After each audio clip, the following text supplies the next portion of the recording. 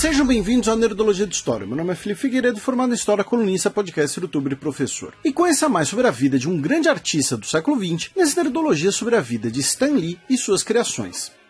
Nova York, dia 28 de dezembro de 1922, mais de 100 anos atrás, nascia Stanley Martin Lieber, o primeiro filho do casal Celia e Jack Lieber, uma família judaica de origem romena. Jack era alfaiate e a família foi bastante afetada pela Grande Depressão após a crise de 1929. A família teve que se mudar algumas vezes, morando em apartamentos apertados, e o casal teve mais um filho, Larry. Principalmente, Stanley cresceu na região do Bronx, marcada até hoje pela grande presença de imigrantes. Na década de 1930, parte considerável da população da região era de judeus, muitos deles imigrantes do leste europeu como os Lieber. No que chamamos de ensino médio, Stanley frequentou uma escola pública apenas para meninos. Devido à situação econômica da família, ele teve que trabalhar desde cedo em empregos como entregador e office boy. Ele também teve seus primeiros trabalhos escrevendo, redigindo notas para instituições públicas sanitárias e funerárias. Não era exatamente o glamour que ele desejava, já que o jovem Stanley sonhava em ser um grande escritor profissional, influenciado desde pequeno por histórias de aventuras como seriais dos cinemas e livros como Pimpinela Escarlate. Aos 15 anos de idade, ele venceu uma competição de redação promovida por um jornal e, como parte do prêmio, recebeu a recomendação de que deveria escrever profissionalmente, o que, segundo o próprio Stanley, mudou sua vida. Em 1939, Stanley Lieber, após ter terminado o ensino médio, foi aceito no Projeto Federal de Teatro, parte de uma agência federal criada pelo governo Franklin Delano Roosevelt para combater os efeitos da Grande Depressão, no chamado Segundo New Deal. O projeto financiava com recursos federais a realização de atividades culturais, tanto para a qualidade de vida da população durante a crise, quanto para gerar postos de trabalho para profissionais do setor de cultura. No mesmo ano, Stanley conseguiu um emprego na empresa Timely Comics, que produzia revistas pulps e histórias em quadrinhos. Inicialmente, suas funções eram ligadas ao escritório e ser assistente dos redatores. Como Stanley se tornou uma lenda dos quadrinhos com décadas de vida pública, ele deu diversas versões diferentes sobre como ele chegou em seu primeiro emprego com quadrinhos, se por uma indicação de um tio, se por responder um classificado no jornal, ou por ser primo da esposa de Martin Goodman, dono da empresa, ou uma mistura de tudo junto. Foi apenas em maio de 1941 que Stanley escreveu seu primeiro roteiro, uma história do Capitão América que não fazia parte de nenhum arco principal de histórias, algo chamado de filler. Sua estreia já foi notável, introduzindo uma manobra marcante do personagem, o arremesso de seu escudo. E foi nesse momento que Stanley Lieber tornou-se a lenda Stan Lee, um gracejo com seu primeiro nome. Novamente, existem versões diferentes para a adoção do pseudônimo. Como escrever quadrinhos ainda não tinha grande reputação, Stan Lee tentou desvincular a atividade de seu nome familiar, guardando para a literatura. Também pode ter sido para omitir seu sobrenome, evitando preconceito por sua origem judaica. Anos depois, ele legalmente mudou seu nome para Stan Lee. Pouco tempo depois, foi publicado o primeiro personagem co-criado por ele, o Destroyer. No final de 1941, com a saída dos criadores Joe Simon e Jack Kirby, Goodman nomeou Stan Lee como editor interino da Timely Comics. Ele rapidamente tornou-se editor-chefe de histórias em quadrinhos e diretor de arte, cargos que ocuparia por 30 anos. Quer dizer, mais ou menos, já que sua carreira foi brevemente interrompida pela Segunda Guerra Mundial, quando Stan Lee serviu no Exército dos Estados Unidos, primeiro na manutenção de equipamentos de comunicação e depois na divisão de filmes e treinamento, escrevendo propaganda de guerra e manuais.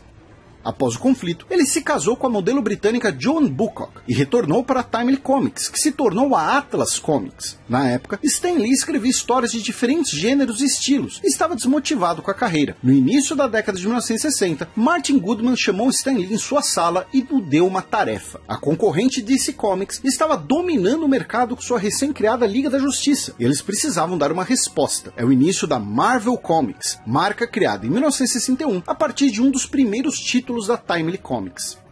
Estabelecendo parcerias com artistas como Jack Kirby, Steve Ditko e Bill Everett, Stan Lee co-criou alguns dos mais conhecidos personagens dos quadrinhos, começando pelo Quarteto Fantástico, publicado pela primeira vez em novembro de 1961, baseados em uma criação anterior de Kirby. Eles foram sucedidos por outros personagens hoje clássicos, como Hulk, inspirado na obra O Médico Monstro, Thor e seu universo de inspiração na mitologia nórdica, o Homem de Ferro, inspirado no inventor Howard Hughes, e o personagem mais conhecido da Marvel, o Homem-Aranha, publicado pela primeira vez em 1962 e que já vimos aqui no Nerdologia, e os Mutantes dos X-Men. A Marvel Comics também repaginou personagens clássicos como o Capitão América e o Namor.